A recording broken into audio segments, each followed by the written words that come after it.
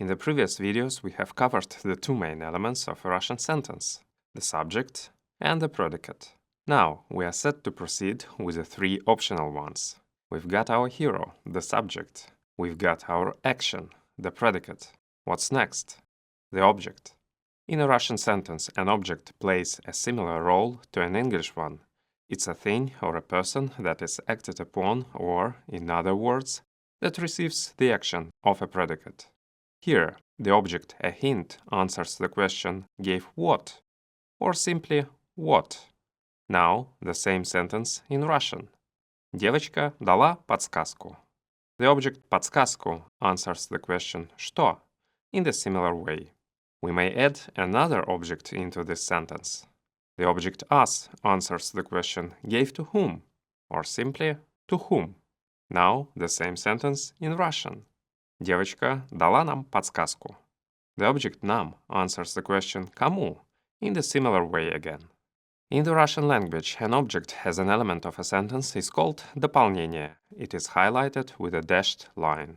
Typically, you need either a noun or a pronoun for an object of a Russian sentence. Next, you need to understand how declension of these parts of speech works. In the previous video, we talked about the verb conjugation. Declension is something similar, but instead of verbs, it happens in nouns, pronouns, and other parts of speech. In Russian, declension modifies the form of a word to indicate the grammatical categories of number, gender, and case. The Russian for declension is склонение.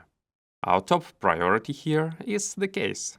It reflects what kind of relation sentence elements have with each other. Getting back to our above example. The girl gave us a hint. Why do we put the word us here instead of we? The answer is that in English, us is an oblique case form of the pronoun we. Modern English has mostly lost the grammatical signs of cases, but the changed forms of pronouns in the oblique case are some of the remnants. The Russian language, in turn, has an extensive system of 6 cases with some obvious grammatical signs of these cases in nouns, pronouns, and other parts of speech. Each case changes, or, in other words, declines, the form of a word in a specific way. Let's see how it works. Девочка дала нам подсказку. The word подсказку is an accusative case form of the noun подсказка. The noun has changed the ending to indicate the case. The Russian name for this case is винительный падеж. In a different case, the noun подсказка could also morph into подсказки and подсказки, changing the ending in the same way. This is an example of declension. The word нам is a dative case form of the pronoun мы.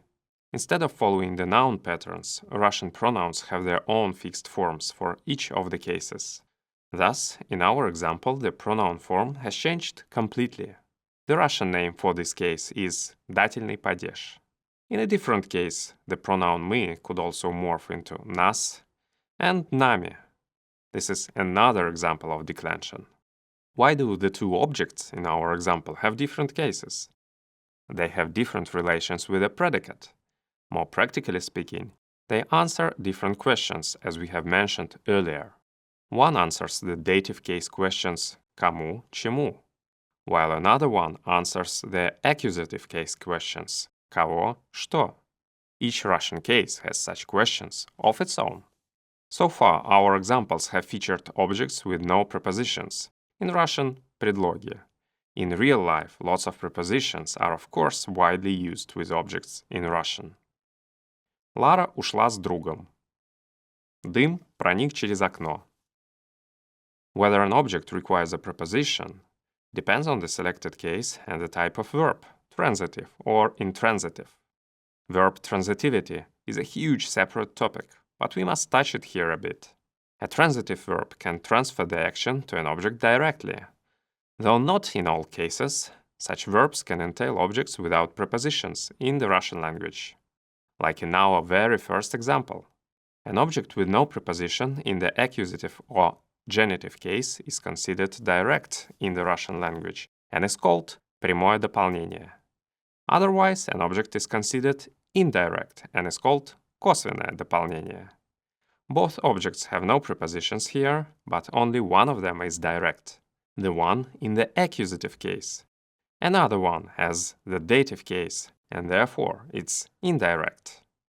Note that the prepositional case always requires a preposition in the Russian language, regardless of the verb type. Гид предупредил об опасностях. This is a transitive verb, thus it could entail some objects without prepositions. However, to entail a prepositional case object, even a transitive verb still needs a preposition. An intransitive verb can't transfer the action to an object directly. Thus, such verbs entail only indirect objects.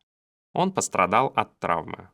Wait, in English we could also say he has suffered an injury, with no preposition. Exactly, the verb to suffer is used both ways in English, but the verb пострадать is used just one way, as intransitive in Russian. Being an English-speaking person, be careful with such links. Lots of English and Russian verbs may have close meanings but different transitivity. Let's conclude. For an object of a sentence, we typically use a noun or a pronoun. Objects are linked to predicates through various semantic relations. Grammatically, these relations are reflected in cases. To serve as objects, nouns and pronouns are declined according to the cases. The noun declension typically happens in the word endings, while the pronoun declension changes the complete word forms. Picking the right preposition for an object of a Russian sentence involves lots of rules. That's it. We are ready to proceed with the next sentence elements.